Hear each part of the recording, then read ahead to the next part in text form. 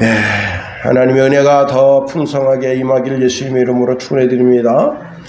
어떤 분이 이제 아들이 지방 공무원에 합격하니까 그 친구들이 합격을 축하하면서 현수막을 동네에다 죄다 걸었습니다. 옛말로 나라님이 주시는 밥 먹게 되었다는 겁니다. 또 얼마 후에 3년 후배 되는 분이 면장으로 면장되셨다. 그래서 우리 또 초등학교 동창회 이름으로 동문 이름으로 현수막을 그려드렸습니다. 여러분, 시골에서 공무원 되는 것, 공무원에서 면장되는 것, 그거 참 가문의 영광이잖아요. 그 동네의 영광이고 그 집안 형제들이 얼마나 고개가 으쓱으쓱 되겠어요. 여러분, 그 집안의 자녀들이 버젓한 대학에 들어가 보세요. 모두들 축하하고 부러워합니다. 그러나 이름도 듣도 보도 못한 대학에 들어가 보세요. 등록금 내냐고 고생하겠네. 그러나 여러분, 버젓한 대학 들어가 보세요. 이제 입신양면 하겠구만 하면서 축하합니다. 사도 요한은 요한 3서를 쓰면서 이런 말씀을 우리에게 줍니다. 형제들이 와서 내게 있는 진리를 증언하되 내가 진리 안에서 행한다 하니 내가 심히 기뻐하노라. 내가 내 자녀들이 진리 안에서 행한다 함을 듣는 것보다 더 기쁜 일이 없도다. 여러분, 목사는요, 성도가 진리 가운데서 행동한다 할 때 그때 참 보람을 느끼는 겁니다. 자, 사도 요한 당시에 왜 복음의 반대자들이 없었겠어요? 복음의 회방꾼이 왜 없었겠어요? 있어요. 그런데 그들 가운데 멋지게 신앙생활을 해내는 겁니다. 특별히 이제 요한 3서는 요한이 이제 가이오라고 하는 사람, 가이오라고 하는 사람이 이제 신앙 가운데 굳굳하게 서서 당시 과부와 고아들을 돌보고 그리고 나그네들을 돌본다 하는 말을 들을 때 요한은 그 말을 들으면서 참 마음이 뿌듯한 거예요. 세계 2차 대전 때 영국군이 이제 교착 상태에 빠졌습니다. 2년 동안 전진 후퇴를 밥 먹듯 하다 보니까 이래도 흥 저래도 흥 된 거예요. 이러다 죽지 뭐. 모든 영국군이 그런 이제 좌절감에 빠져 있어요. 왜? 앞으로 나가지도 못하고 뒤로 빠지도 못하고. 그래서 맨날 하는 게 뭐냐면 깊은 참호를 파서 그 깊은 참호에서 이리 도망가고 저리 도망가고 하는 일을 합니다. 그런데 그때 당시에 생뚱맞은 사람이 지휘관으로 왔는데 누구냐? 몽고메리가 왔습니다. 몽고메리가 새로 부임해 와가지고 어떻게 했느냐? 병사들에게 나는 실패한다, 나는 좌절한다, 나는 할 수 없다, 그런 말 입 밖에도 못 나게 했어요. 우리 군대는 반드시 승리한다, 우리 군대는 반드시 승리한다, 입에 말부터 고쳤어요. 그 다음에 영광급서부터 2등병에 이르기까지 매일같이 죽기 살기로 훈련시켰습니다. 무슨 훈련시켰느냐? 군인이 뭐 하겠어요? 뛰는 거. 총알을 피해서 빨리 뛰어야 되죠. 빨리 겨야 되죠. 그 다음에 외줄 타는 거, 이쪽에서 저쪽 외줄 타고 왔다 갔다 해야 되죠. 그 다음에 배 타고, 무기가 젖으면 안 되니까 그거 해가지고 배를 타고 막 이렇게 하는 훈련을 하는데 얼마나 훈련을 하는지. 그 다음에 이제 달리기, 목봉체조, 줄다리기, 높이뛰기, 멀리뛰기, 줄에서 매달려서 강도하기. 하루도 훈련하는 날이 하루도 훈련하지 않는 날이 없었다는 거예요. 모든 영광급서부터 2등병까지. 심지어는 자기도 그 훈련에 참전을 했는데 154일을 했대요. 그러니까 병장들은 여러분 훈련하려고 그러겠어요? 그런데 그냥 막 위에서부터 막 짓누르니까 154일 그렇게 훈련하고 나니까 전쟁에서 승리할 것 같은 그런 믿음이 생긴 거예요. 그리고는 아프리카 사막에다가 가짜 탱크, 가짜 트럭 이런 걸 어마어마하게 만들어 놓은 거예요. 그래서 몽고메리가 저쪽으로다가 독일군을 쳐들어오겠지 하고는 그쪽으로 신경 쓸 때 가서 쳐가지고 대승을 하게 된 겁니다. 바울은 빌립보 교회를 사랑합니다. 빌립보 교회가 영적인 승리를 하기를 원하고 또 으뜸이 되는 교회가 되기를 원합니다. 당시 빌립보 교회는 상당히 모범적인 교회였어요. 그런데 거기에 만족하지 않습니다. 더욱 진리의 말씀을 준행하는 교회가 되기를 꿈꾸면서 하나님의 칭찬과 하나님의 사랑이 머무는 교회가 되기를 원하는 거예요.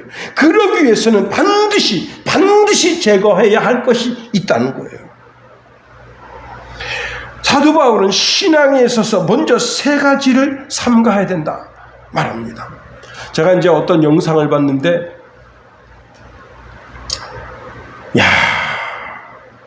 미국에 이 참치를 전문적으로 잡는 분이에요. 참치 한 마리가 몇 천만 원, 어떤 건 억 가까이 됩니다. 참치를 잡았는데 참치 몸에 뭐가 붙어 있느냐면요, 거머리가 붙어 있어요. 거머리가 수십 마리 붙어 있어요. 그러니까 이 참치는 여지까지 그놈의 거머리가 붙어가지고 고생하는 거예요. 참치를 잡아 올렸습니다. 근데 이 사람이 거머리를 다 떼어요. 그리고 도로 놔줍니다. 편안할 때 잡혀라. 야, 너는 여지까지 고생했잖냐. 응? 태어나면서부터 그놈의 거머리가 수십 마리가 붙어가지고 그 피를 쪽쪽쪽 빨아먹으면서 그를 괴롭힌 거 아니에요. 넌 아주 고생했구나. 다시 바다로 돌아가라.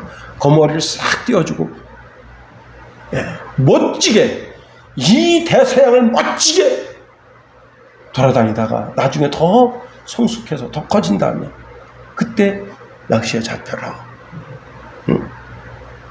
여러분, 바울이 빌립보 교회가 정말 하나님 보시기에도 흠도 티도 없고 멋진 교회가 되기 위해서 세 가지를 없애라 말씀합니다.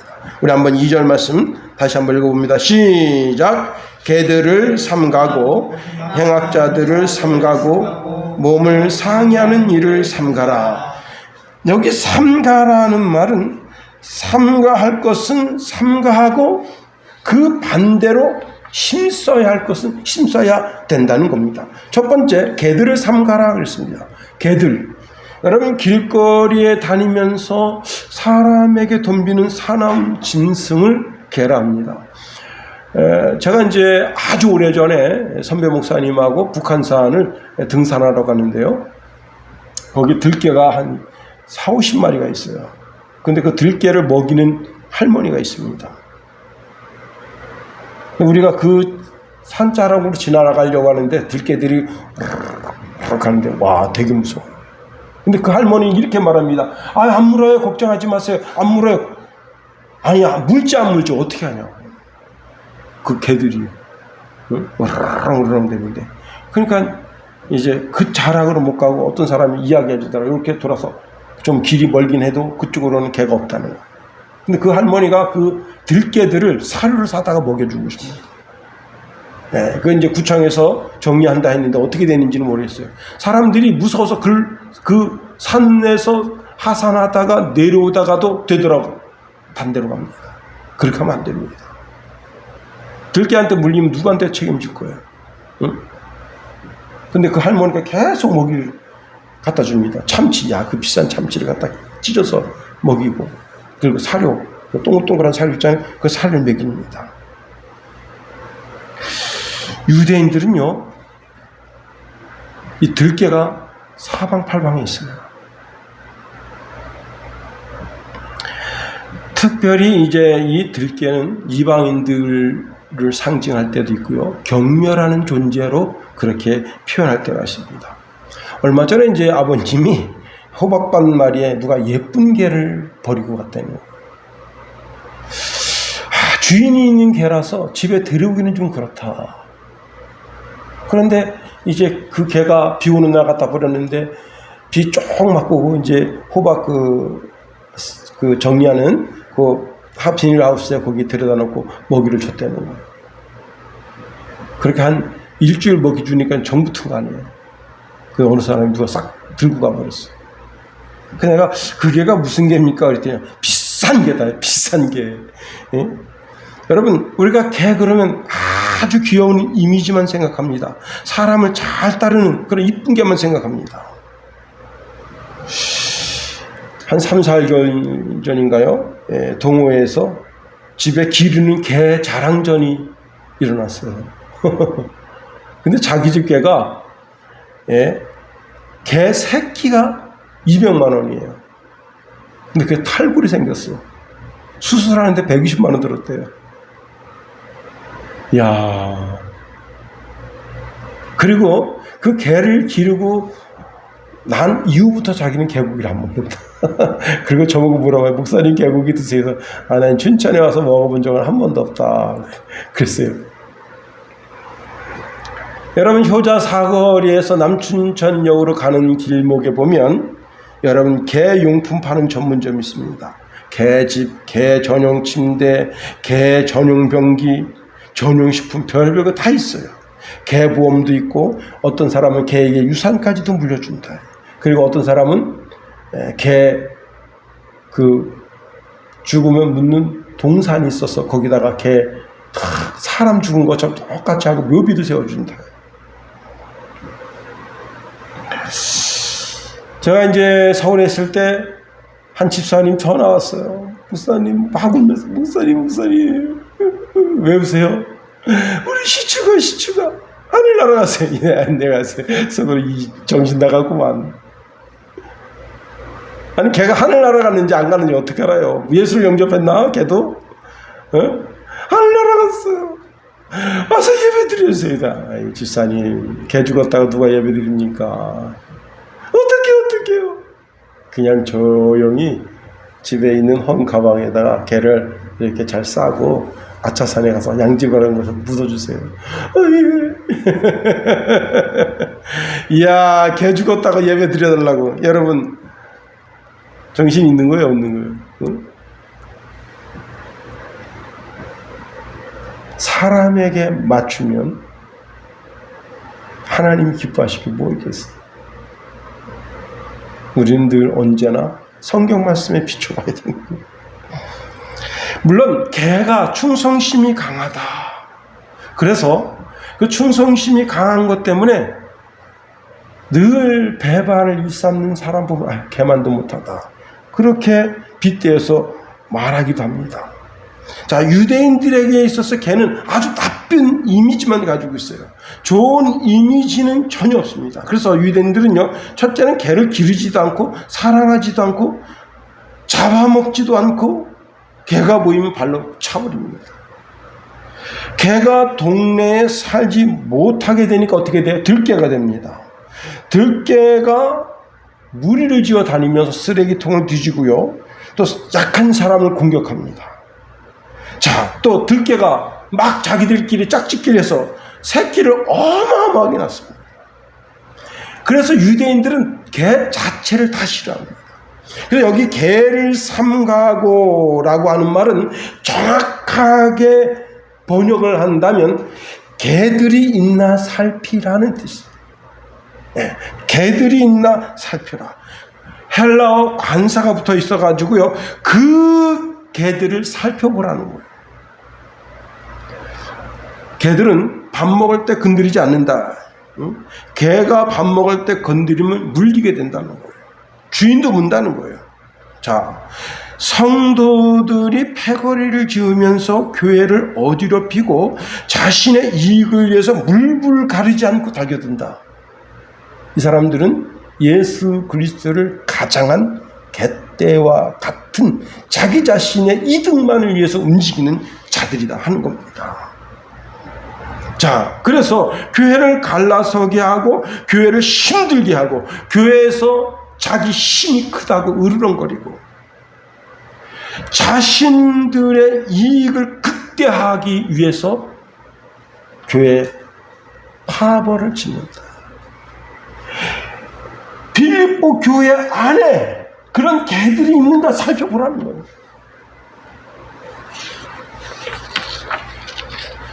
한 교회의 아버지가 아내와 사별하고 2명의 자녀를 양육합니다. 큰애가 고3이고 작은애가 중1 때 아버지가 이제 벽돌공인데 벽돌 쌓는 3층 난간에서 떨어져서 그만 척추가 골절되고 그리고 병원에 갔는데 이내 돌아가셨습니다. 장례를 치르는데 그 형제들이 아무도 오지 않았어요. 장례 치르고 났는데 그 형제들이 그 집에 들락날락거립니다. 그 집에는 이제 큰딸 고3짜리하고 중1짜리가 있는데 왜 들락날락거리는가 하면 이 아버지가 그 형제들이 다 사자 집안이에요. 뭐 교수, 그 다음에 변호사, 의사 그런 집안이에요. 근데 이 막내만 개차반으로 놀다가 공부를 안 했어요. 고등학교 때. 그래가지고 인생 이제 막장 살다가 뒤늦게 이제 정신 차려서 예수 믿고 교회를 다녔는데 그러면서 그 형제들한테 돈을 엄청나게 꿨어요. 근데 그 셋째 형이 그렇게 지금 그 사람 이름으로다가 8,600만 원 돈이 나왔는데 그 돈을 차압을 하는 거예요. 근데 이 사람이 뭐냐? 이 사람이요. 교수예요, 교수. 교수 그때 당시 600만 원 이상의 월급을 받는 사람인데, 그 자매가 전화를 왔는데, 목사님, 제가 어떻게 해야 될지 모르겠어요. 얘야, 그냥 그 돈을 포기하라 그랬어요, 제가. 그냥 가져가게 하라.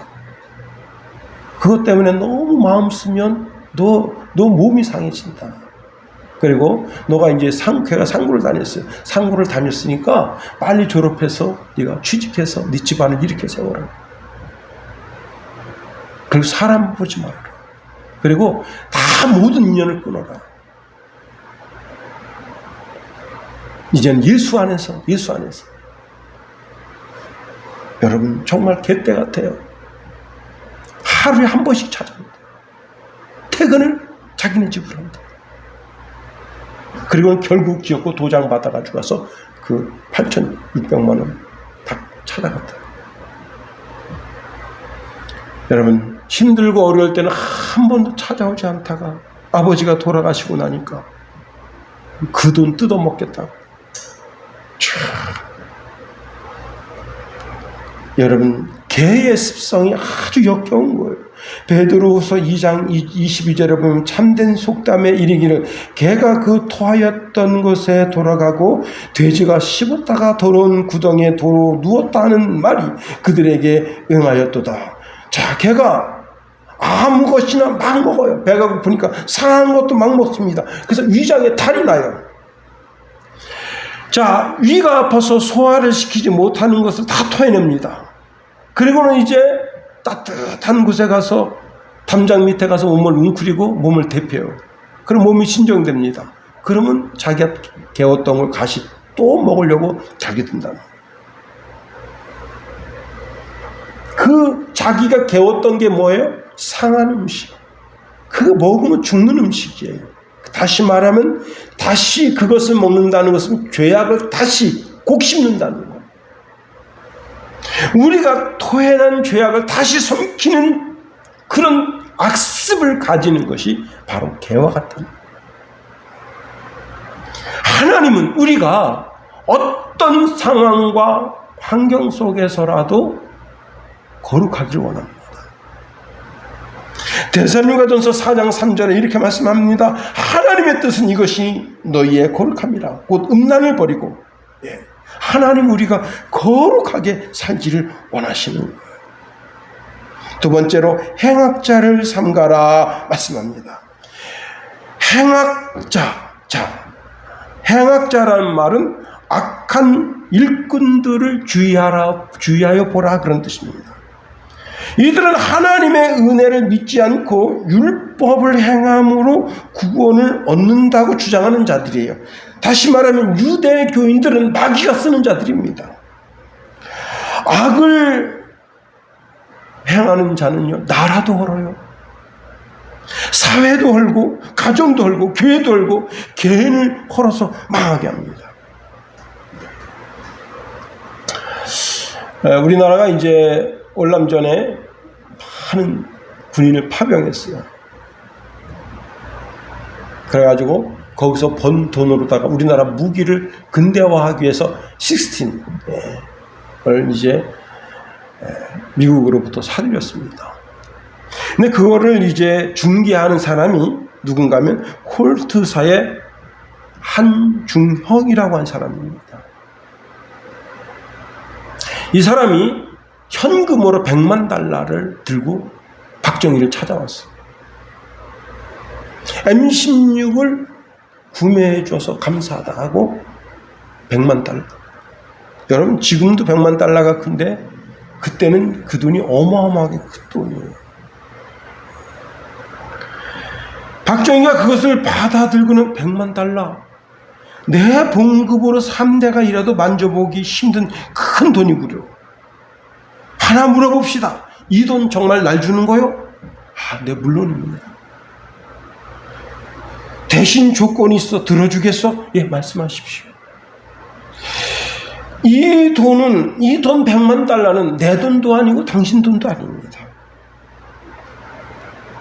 이 돈은 내 형제들이 지금 이국 땅에서 피 흘리며 싸우고 내 아들들의 땀과 생명을 바꾼 그런 돈입니다.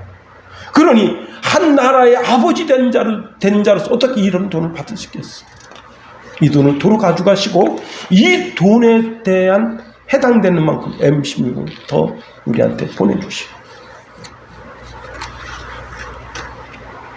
여러분, 우크라이나 대통령이 얼마나 큰 뇌물을 받았는지, 여러분 그런 부패한 정신으로 나라 이끌면서 서방에다 계속 돈 벌려가지고 돈을 빨아먹고 국민들이야 죽든 말든. 당시 빌립보 교회는 악한 일꾼들이 몰래 들어와서 교회를 헐어요. 그러니까 오늘 바울이 그런 행악자들을 주의하여 보라는 거예요. 아가서에 이런 말씀이 있습니다. 우리를 위하여 여우 곧 포도원을 허는 작은 여우를 잡으라. 우리의 포도원에 꽃이 피었습니다. 제가 부목사로 있을 때 이제 정말 여의도 순복음 출신이 진짜 믿음이 아주 출중한 그런 집사님이 오셨어요. 자기가 여의도 순복음교회에서 2학년 아이들을 가르쳤다. 근데 자기 아기가 2학년이에요. 그래서 주일학교 교사를 하고 싶다. 그래서 제가 이제 담임 목사님한테 목사님 이런 집사님이 좀 이렇게 주일학교 예배를 자기 아기를 들고 와서 이렇게 드리는데 이렇게 주일학교 교사를 하고 싶어 하십니다. 그랬더니 그 목사님이 목사님하고 상담 좀 하게 하라. 그래서 제가 연결을 해드렸어요. 여러분, 제가 부목사로 있던 교회도 작은 교회가 아니거든요. 근데 목사님 나중에 부르더라고. 김 목사, 아무것도 맡기지 마라. 아무것도 맡기지 마라. 그러면서 지혜롭게 답을 하라. 그래서 제가 지금 이제 학기 중이라 교수가 바뀌면 애들이 좀 힘들 것 같아서 다음 학기에나 좀 바라봐야 될 것 같습니다. 이 사람이 뭐 하는 사람인 줄 알아요? 응? 신천지 산홍기기 있잖아. 그 짓 하러 온 거예요. 응? 여의도 순복음교회에 광진성전이 생기니까 그걸로 당장 간 거예요. 그리고 그러니까 이 선배 목사님들이 정보라는 게 이제 정보라는 게, 응? 그 와서 그 사람이 교회를 휘집어 놓고 싹 빼갔으면요, 교회 난리 나는 거예요. 자, 그 포도원에 꽃이 피었습니다. 근데 여우가 그 나뭇가지를 스쳐 지나가면서 그 꽃을 망가뜨리면 1년 농사 다 망치는 거예요. 여러분, 마귀는 언제든지 틈을 노려요. 그래서 마귀에게 틈을 주지 말라는 거예요.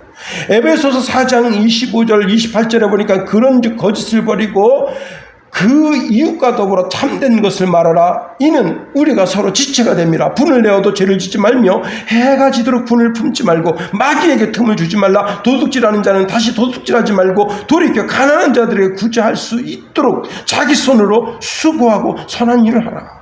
마귀에게 틈을 주지 말아요. 자기는 믿음 좋은 그런 집사로 가장하고 그냥 주일학교 애들을 가르치고 주일학교 선생들 다 교제해가지고 내가 이번에 말이지 이렇게 여의도 순복음교회 광진교회가 생겼는데 광진성전이 생겼는데 거기 가게 되는데 같이 갈래?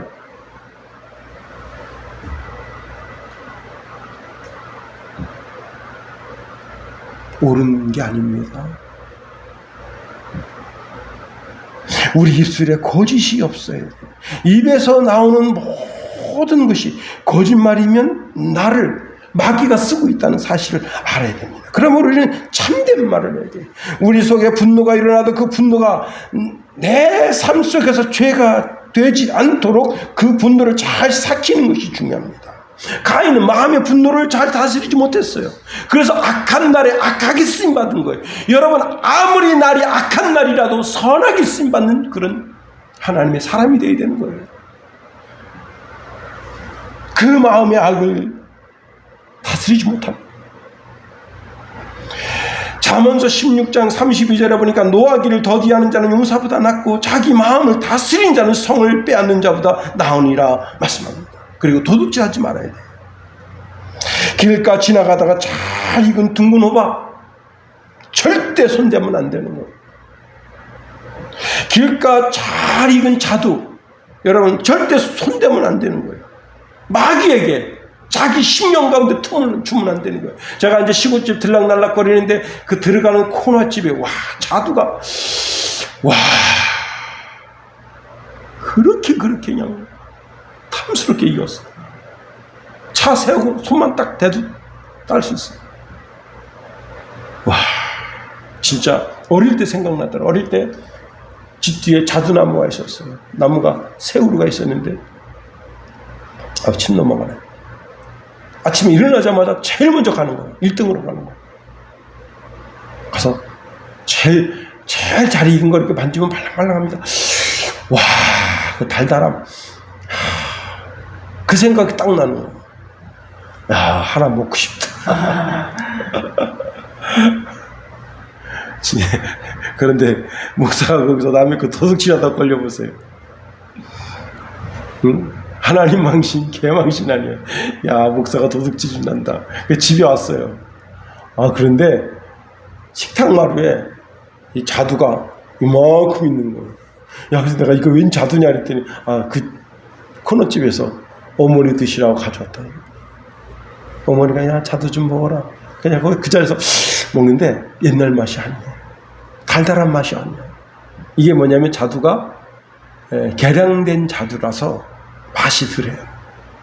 옛날에는 달달하면서 시큼시큼했는데 이건 달달하기만 해요.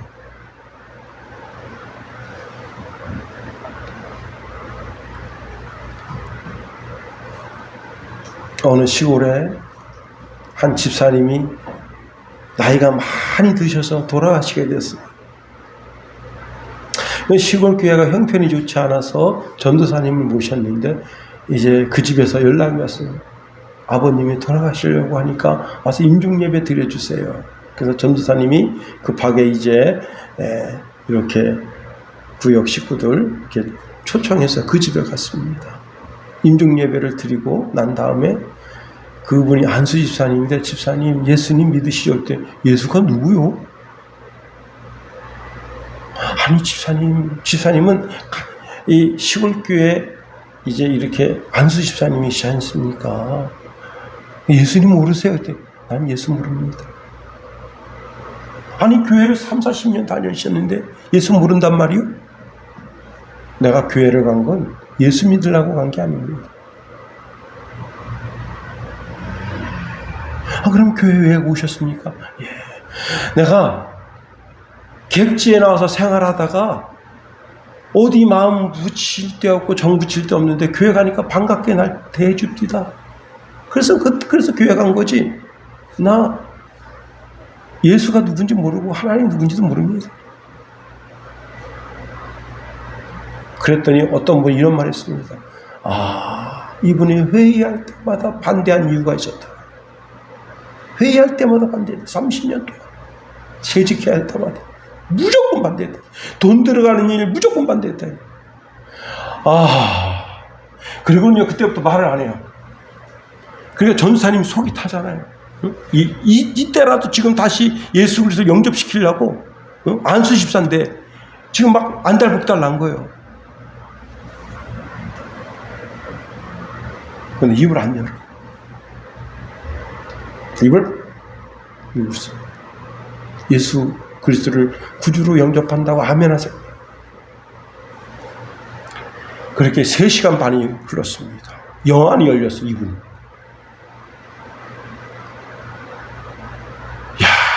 진짜 무서운 거예요. 영안이 열렸는데 이렇게 말합니다. 야, 지금 막내딸이 제방다리를 건너오고 있다. 귀신의 영안이 열린 거야. 귀신의 영안이. 야, 지금 막내딸이 쌀이째를 걸어오고 있다. 전봇대 4개 사이에 지나고 있다. 안방에 눈에 다 보이는 거게. 그리고는 좀 있다가 그 막내딸이 막 울면서 들어온다. 거기는 성도들이 다 놀란 거야. 그러면서 끝까지 예수 영접하는 거야. 그래서 참 우울한 장례를 치른 거야. 여러분, 교회 안에 교회 다니고 지옥 가는 인생 있으면 얼마나 아파. 3번째로 몸을 상해하는 일을 삼가라 그랬습니다. 옛날 성경에는요, 손할례당을 삼가라 그랬어요. 이걸 문자적으로 보면요, 절단한 자라는 뜻입니다. 이 절단한 자라는 단어의 의미가 뭐냐면 하나님의 은혜를 철저하게 배격하고 인간적인 노력으로 구원을 얻을 수 있다고 주장하는 사람이에요. 이게. 자, 할례를 받는 거예요. 낳은 지 8일 만에 남자아이의 생식기 표피를 잘라서 피를 흘려서 그 피를 하나님께 뿌림으로 말미암아 이 아이는 하나님 앞에 생명을 바친 아이입니다라고 하는 고백을 하는 거예요. 마음으로는 하나님을 사랑하지도 않으면서 성기 표피를 조금 잘랐다고 해서 선민의식을 가지고 우리는 천국 앞마당을 차지했다고 스스로 자인하는 자예요. 여러분, 할례 받은 사람만 구원받는다고 가르치는 자들이 누구냐? 바로 유대주의자. 이게 바로 다른 복음이에요. 바울이 갈라디아에서 야, 너희들 어떻게 그렇게 다른 복음을 쉽게 받아들이냐 말이야. 제가 전도사 때 1년 후배 전도사님인데 나이는 저보다 상당히 많았어요. 근데 이분이 남산자락에서 지금도 그 교회가 있다고 그러더라고. 아주 좀 특별한 교회를 다녔어요. 어떤 교회를 다녔냐면 구약의 율법을 몸으로 실천하는 교회예요. 이 교회 모든 남자는 다 할례 받았습니다. 목사님이 해준 건 아니고 병원 가서 무조건 할례 받게 돼 있어요. 그 장로님이 운영하는 그 병원인가 하여튼 그 병원에 가서 낳은 지 8일 만에 다 할례를 행하는 거예요.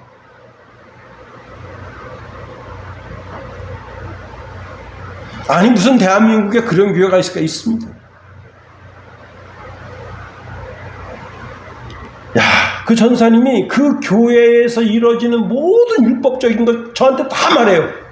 예, 왜냐하면 이제 학교에서 끝나고 갈 때가 1시간 반씩 그 차를 타고 가야 되거든. 그럼 미주알 고장.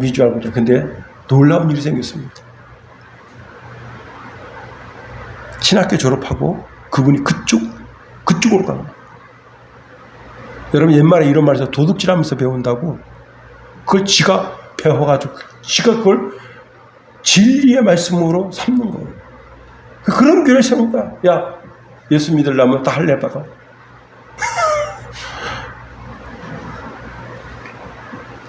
빌립보 교회에 율법주의자들이 들어왔어요. 이들은 율법, 즉 장로들의 유전을 지켜야 구원받는다고 주장하는 자들인데, 그 장로들의 유전의 첫 스타트가 뭐냐? 할례입니다. 할례가 구원의 표시라는 거예요. 그리고 자신들의 할례를 보여줍니다. 그런데 이 할례가 사실은 구약 성경에 나와요. 아브라함이 나이 99세에 할례를 받고 이스마엘이 23세에 할례를 받았다.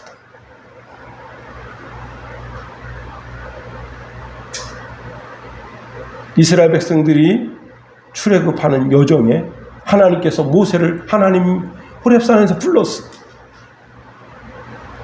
그래서 이제 자기 아내 십보라에게 말합니다. 나는 이제 이스라엘 민족을 구원하러 가는 그런 하나님의 사명을 받았습니다. 그러니까 아내가 자기 아들, 두 아들을 데리고 가는데, 첫째 아들은 할례를 했어요. 그런데 여러분, 이 할례라고 하는 게 지금처럼 초현대적 시설을 가지고 할례를 하는 게 아니에요. 이때는 뭘로 쓰냐면 차돌칼로 쓰는 거야. 차돌칼. 그러니까 쭉 당겨가지고 차돌로다가 이게 하니까 애가 막 차지려지는 거 아니에요, 애가. 그래가지고 두 번째 애를 할례를 하려고 그러니까 십보라가 못하게 한 거예요. 우리는 이스라엘 백성도 아니고, 당신도 지금 이스라엘 백성들한테 쫓겨서 여기까지 왔는데 왜 애한테 그런 할례를 하려고 합니까? 그래서 두 번째는 할례를 못한 거예요. 자, 그래가지고 그런 상태에서 이제 십보라와 두 아들 데리고 이스라엘 백성들이 있는 고센 땅으로 가려고 합니다. 그때 하나님께서 모세를 죽이려고 그래요. 모세를, 천사를 보내가지고 모세를 죽이려고 그러는 거예요. 그 모세가 자기 죄를 살핍니다. 자기 죄를 쭉 살피는데 아무 죄도 없어요. 딱 한 가지 걸리는 게 있는데 뭐냐면, 두 번째 낳았을 때 그때 할례하지 않은 게 딱 기억나는 거예요. 그래서 자기 아내한테 이야기합니다. 여보, 두 번째 할례를 안 했잖아. 그게 내 명에 걸린다. 빨리 가서 할례를 해. 그래가지고 여러분, 지금 애가 어느 정도 컸잖아요. 갖다가 차도로 잘라내는 거예요. 그러면서 당신은 나의 피난편이라 그랬어요. 기가 막히는 거예요. 그랬더니 살았어요. 여러분, 이 말씀 들려주면 할례 안 할 사람 누가 있겠어요? 봐라, 모세 말이야. 그리고 이스라엘 백성들은 다 할례했어. 할례 안 한 사람이 없어. 할례를 하고 난 다음에 그 다음에 유월절 사건이 있었던 거야. 그리고 여러분, 이스라엘 백성들이 광야에서는 할례를 안 했잖아요. 그러나 가나안 땅 들어갈 때 전부 할례를 했잖아요. 봐라, 이렇게 중요해. 할례가 구원의 표야. 여러분, 자, 할례는요 공로주의예요. 하나님 은혜 없어도 내가 할례라는 공로를 행했기 때문에 구원을 받을 수 있다고 하는 공로주의예요. 신앙생활에 공로주의가 팽배해지면요, 은혜주의는 끝나는 거예요. 바울은 이런 공로주의자들을 조심하라는, 교회 안에 은근히 교회를 하는 사람이 있는데, 여러분, 그 사람들이 이것 보라고, 성경 이것 보라고. 그런데 우리가 무엇으로 구원받았습니까? 에베소서 2장 8절에 보니까 너희가 그 은혜에 의하여 믿음으로 말미암아 구원을 받았으니 말씀합니다. 로마서 3장 30절에 보니까 할례자도 믿음으로 말미암아 또는 무할례자도 믿음으로 말미암아 의롭다 하실 하나님은 한 분이시느니라. 디모데후서 3장 15절에 보니까 또 어려서부터 성경을 알았나니 성경은 능히 너로 하여금 그리스도 예수 안에 있는 믿음으로 말미암아 구원에 이르는 지혜가 있게 하느니라. 할례가 구원에 이르는 지혜가 있다고 말씀하지 않았어요. 성경이, 여러분, 할례자도 무할례자도 다 예수 믿어야 구원받는다 이게. 구원은 오직 하나님의 선물이다 하는 거예요. 그러므로 철두철미하게 우리는 세 가지, 오직 하나님의 은혜, 오직 하나님의 은혜, 오직 성경, 오직 예수, 이걸 잊어버리면 안 돼요. 이 빌립보 교회의 교회를 허는 자, 망치게 하는 자, 율법주의자들, 그들을 삼가라. 여러분, 오직 우리는 예수 그리스도를 구주로 믿음으로 말미암아 구원을 얻은 거예요. 그 구원의 반석에서 더욱 여러분의 믿음이 굳건하게 세워지게 되기를 예수님의 이름으로 축원해 드립니다. 주기도문 하겠어요. 하늘에 계신 우리 아버지, 아버지의 이름을 거룩하게 하시며 아버지의 나라가 오게 하시며 아버지의 뜻이 하늘에서와 같이 땅에서도 이루어지게 하소서. 오늘 우리에게 일용할 양식을 주시고 우리가 우리에게 잘못한 사람을 용서하여 준 것 같이 우리 죄를 용서하여 주시고 우리 시험에 빠지지 않게 하시고 악에서 구하소서. 나라와 권능과 영광이 영원히 아버지의 것입니다. 아멘.